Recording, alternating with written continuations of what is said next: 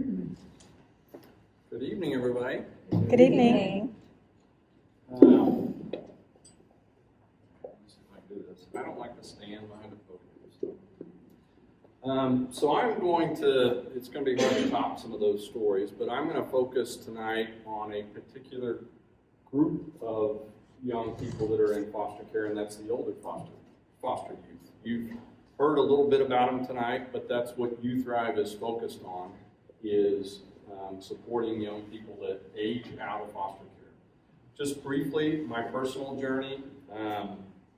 My wife and I had the privilege of going to Haiti on 3 different short-term mission trips. Kind of had my heart broken for the orphan, came back, my wife and I were trying to figure out a way to get involved in our local community, and that's how we were introduced to foster care. We have a blended family of, that's not my family. You didn't send any photos. Yeah, so the trick's on me because I didn't send any photos. But we have a blended family. We have 8 kids from 14 to 28. But when we heard about the needs within foster care, we decided we were going to adopt. And we had already parented a few teens, and so we thought that that was really where we felt God was calling us, was to adopt a teenager. So we adopted a teen girl. Her name is Michaela. She was 16 when she joined our family. She's now 23 and is actually working in child welfare herself. But it was through that journey that I learned about this specific population of young people aging out. Because when we were going through the training that was described to get licensed and to go down the path of adopting Michaela, we would say, we're here to adopt a teenager, and everybody would look at us like we were from Mars, right? And so the natural follow-up question is, why? We learned how rare it was, and the natural question was, if it's really rare, and there's all these teens in foster care, and there's no foster homes and no adoptive homes for the teenagers, what happens to them? And that's the first time I heard of this, which was, they stay in the foster care system until they turn 18, and then they are released from custody. That's called aging out. So they stay in the foster care system until they're a legal adult, and then they're released to navigate life on their own. Okay, I'd never heard of that until that moment, right? Now, let me give you a few statistics. Young people that age out of foster care, 1 in 4 will be in the justice system within 2 years of aging out. 1 in 5 will be homeless within 2 years. Only 58% will get a high school diploma by the age of 19 with an extra year added on. Half will be unemployed by the age of 21. Only 3% will get a college degree. 7 out of 10 young women that age out of foster care will have a child or be pregnant before the age of 21. California did a study on women that were rescued out of sex trafficking, and over half of them were former foster youth. The prison population, on and on and on. The statistics are sobering, and I hope you feel the weight of them, because those are the statistics that I felt the weight of when I learned about these young people. Michaela, we were adopting, but I started to learn there are 400 youth that age out of foster care every year in the state of Kansas, and about 70 to 75 are right here in the Kansas City area that age out of foster care. So I was a business person. I spent 17 years at Sprint, and I was in the business world for 30 some odd years.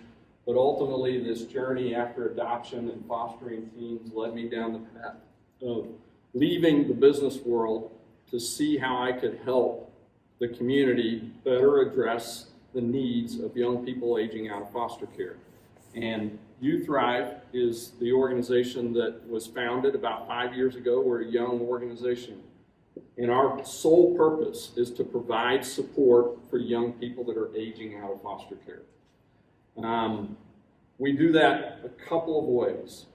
The primary way is through relational support. You heard that a couple times tonight, right? One caring adult can make a difference, right? So it's a mentoring-like relationship where we recruit individuals from the community, and that is sometimes a person that wants to do it by themselves, and sometimes it's married couple, and sometimes it's an entire family that volunteers to come alongside a young person and encourage them and support them and coach them and mentor them and be a support for them as they're transitioning out of foster care.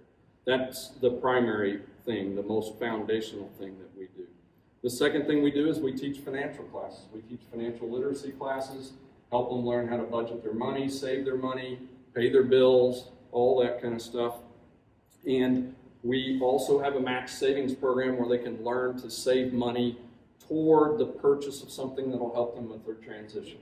And we match it, just like a 401k. They saved $1,000, we put in $1,000. And they can use it for housing, they can use it for a used car, they can use it for education, employment, anything that's going to help them with their transition. So those are the two primary ways. And of course, the volunteers that we call support families, they come alongside and help them learn those budgeting skills and those financial skills also. We have social workers, case managers on staff that are there to help support the young people in our program. Right now we have about 65 or so youth in our program that is, most of that's in Johnson and Wyandotte County, and then we also have some in Douglas County in the Lawrence area. So there are 400 a year that age out, so there's many that are not receiving support. Let me conclude with this before I turn it over. That was really quick. I will be back there for questions also. I want to conclude with this. There's no right or wrong answer on how to get involved in this space. And my encouragement to you guys is it can be overwhelming because it's like, should I respite? Should I foster? Should I adopt? Should I mentor? There's lots of choices. That's the nice thing, is that there's lots of choices. And it's my encouragement to you is just take the next step or take the first step. Everyone's journey is different. When we took our first step, I had no clue I would be starting and leading a nonprofit organization working with youth aging out of foster care. I'd never even heard of aging out at that point in time, right? You just take the first step. Maybe the first step is training. Maybe the first step is respite. Maybe the first step is what you're going to hear about next, which is wrapping around a family encouragement. There's a next step for everyone. And everyone's journey is different. If the first step you take isn't the right one, God will redirect you. You'll wind up where He wants you to be.